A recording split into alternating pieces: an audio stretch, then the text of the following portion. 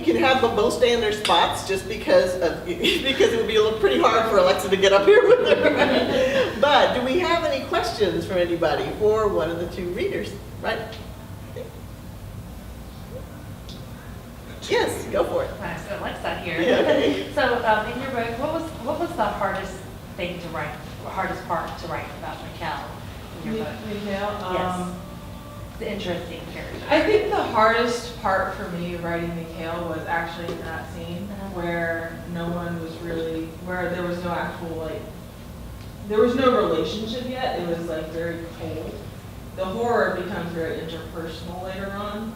And so it was really hard to get to see these two characters who have such a long road in front of them and start them out at that very beginning spot where like they don't know each other. I mean, I don't know. The girl's name is Sophie, by the way.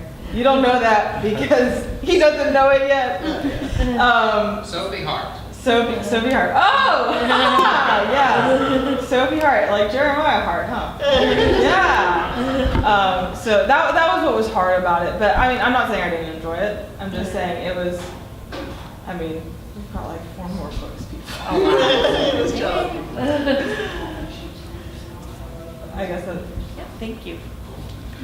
And Seth, have you always enjoyed? So, have you enjoyed reading a lot of horror? Is that why you decided to kind of write this, or was it more the Western part of it? So I grew up in West Texas, which is why it's easy for me to write and speak in that sort of that lilt. And I grew up. 2 major inspirations for me. One is Larry McMurtry's Lonesome Dove, and the other was A Nightmare on Elm Street. So those are both big influences in this particular book. And you married them together in this. Well, I mean, they sort of married themselves together. You know, I'd worked on several novels to try and complete them, and none of them ever came to fruition. And so I decided to try a different tactic. I just wrote a title down, The Massacre at Yellow Hill. I didn't know what it was, and then I just sort of discovered it, went along, chipped little pieces away, and now we have it here. Oh, that's great. That's great. Did you always expect it to be vampires, or was that something that you discovered? So it's a little bit of a misnomer. There are vampires in the book. The book deals with once there are vampires in the book. I don't want to give anything away. So there are vampires in the book. However, the primary antagonist of the book is human. And the forces in which our characters are dealing with it would be more accurate to say that it is a cosmic horror that they are dealing with. Something in the vein of H.P. Lovecraft, I think. Cults and occult ritual. And anything else? Did you have one? So went ahead and invoked old H.P. Lovecraft, and the book, I think it's fair to say, is very much a combination of the Western and the cosmic horror genres, both of which have a fair amount of, I would say, bigotry or very near to the roots of them. In dealing both of those genres and the prejudices inherent in them, it's been a conscious decision to make the protagonist in the book a woman and a black man. Without question. There are a whole slew of Western novels and horror novels that deal with white male protagonists basically handling the situation for everybody. I feel it is important for every writer, not only for the sake of their tool set, but for the enrichment of literature, to ensure that voices that are not traditionally supported in genres like the Western and horror, that they both get a chance to have their say and have their due and have their own heroes. And for the woman in the book, I wanted to write a widow because I was not good at writing women. And this book forced me to write women better. And I had never written an African American protagonist, certainly not in the post-antebellum period in the United States. And so I wanted to give those people voices that mattered, voices that had agency, and voices that took matters into their own hands, whether that is through being a mother or being the world's greatest occult gunslinger. So, if that answers your question. And Alexa, now, did you start writing the horror before you wrote the more science fiction book, or was it? Horror is my main track, Uh-huh. basically. It's a specific genre that I've kind of created. This is a mishmash of so many tropes. I've almost got it it's like almost like formulaic at this point for me, the way I write books like this. Uh-huh. This science fiction fantasy was more of I wanted to write something fun.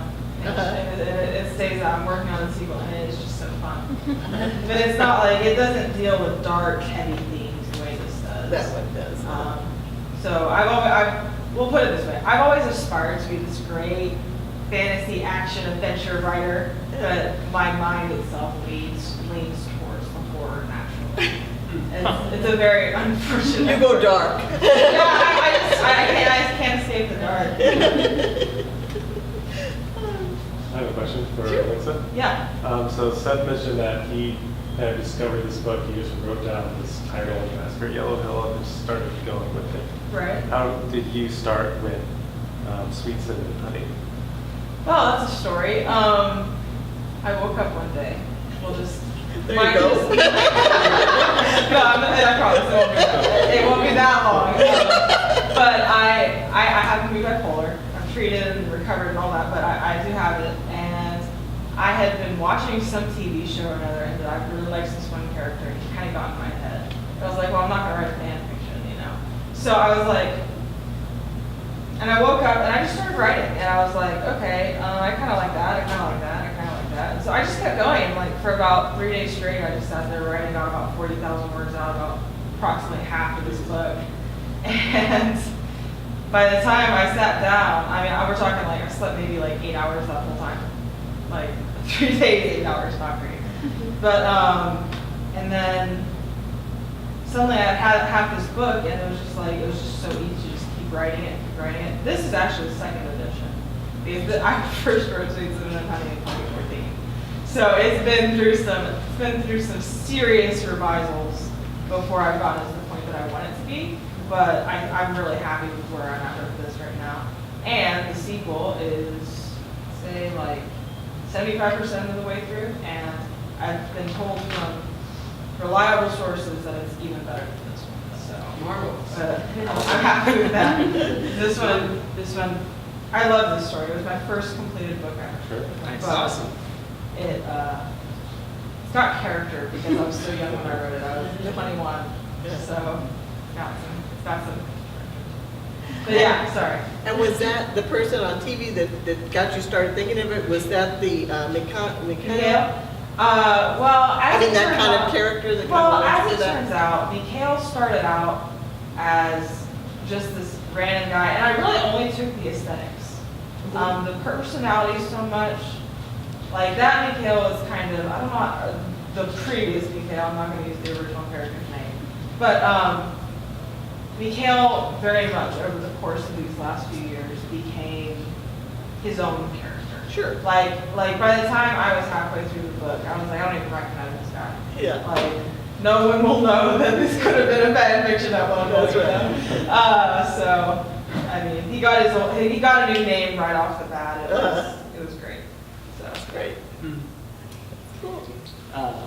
This is a question for both of you in your respective processes, but when you sit down to start writing, is there anything in particular that you do to get yourself into the mood or to get the sort of gears flowing? Okay, I listen to music. Music and the lyrics in the music have always really resonated with me. So basically, I literally have a playlist with dozens of songs. For Sweets and Honey has I think 48 songs for its playlist. And so, for example, for Intoxication, I'll put on Comatose by Skillet.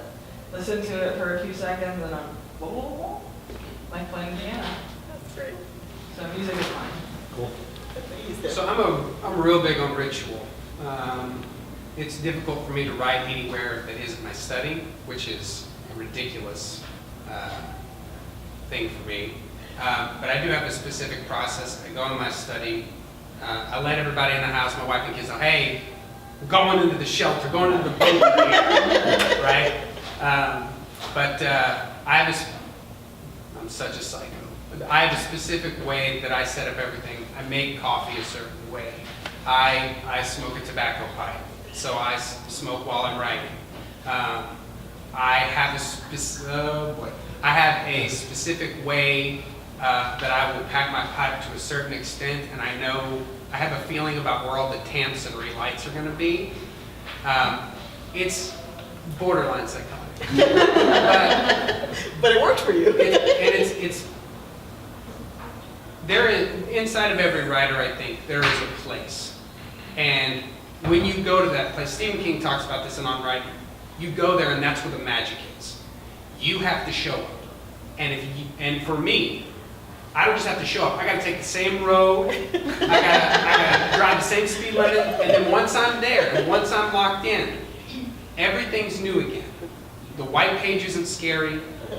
All of the character voices, they come back because I'm talking while I'm writing them. Because that's the only way for me I can do realistic dialogue. I can't. A lot of people can hear it. I have to say it as the person. Cool. Anything else?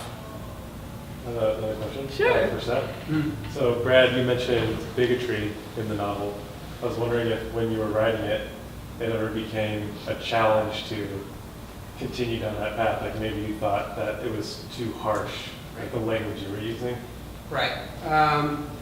This is something that every writer has to deal with. If they're going to deal with any kind of period piece where there's racism, objectification of women, these things existed. To pretend like they did not exist in your fiction is to do a disservice to us coming as far as we've come, though certainly not far enough. I use characters' racism, and I use it as a way that the hero can subvert villains because of their racism. I take the evil that's inside them and I fold it on top of themselves, and that's the way that disenfranchised voices conquer voices that try to subvert them. And so, to me, it is important when using that language to say this word or words or ideas hurt people. And I want to write those things in such a way so that they never hurt anybody again, specifically in terms of racism. Anything else? I think we're about time. Oh, I'm sorry. Did you have another question? Visiting Seth, what would you say is the definitive music for Massacre at Yellow Hill, and why is it Nick Cave in the bad seat? The definitive music for the Massacre at Yellow Hill would be Ennio Morricone's The Ecstasy of Gold. And though I wrote the entire novel to one song on repeat because that's how my mind works, and that is the Interstellar No Time for Caution suite. So the whole thing is written at a breakneck pace. How did I not strangle you while we were roommates? I'm glad y'all both survived.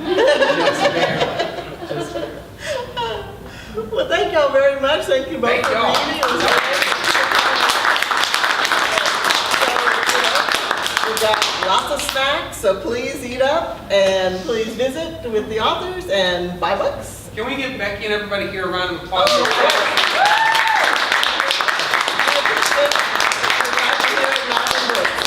Thanks very much for coming. Thank you, y'all.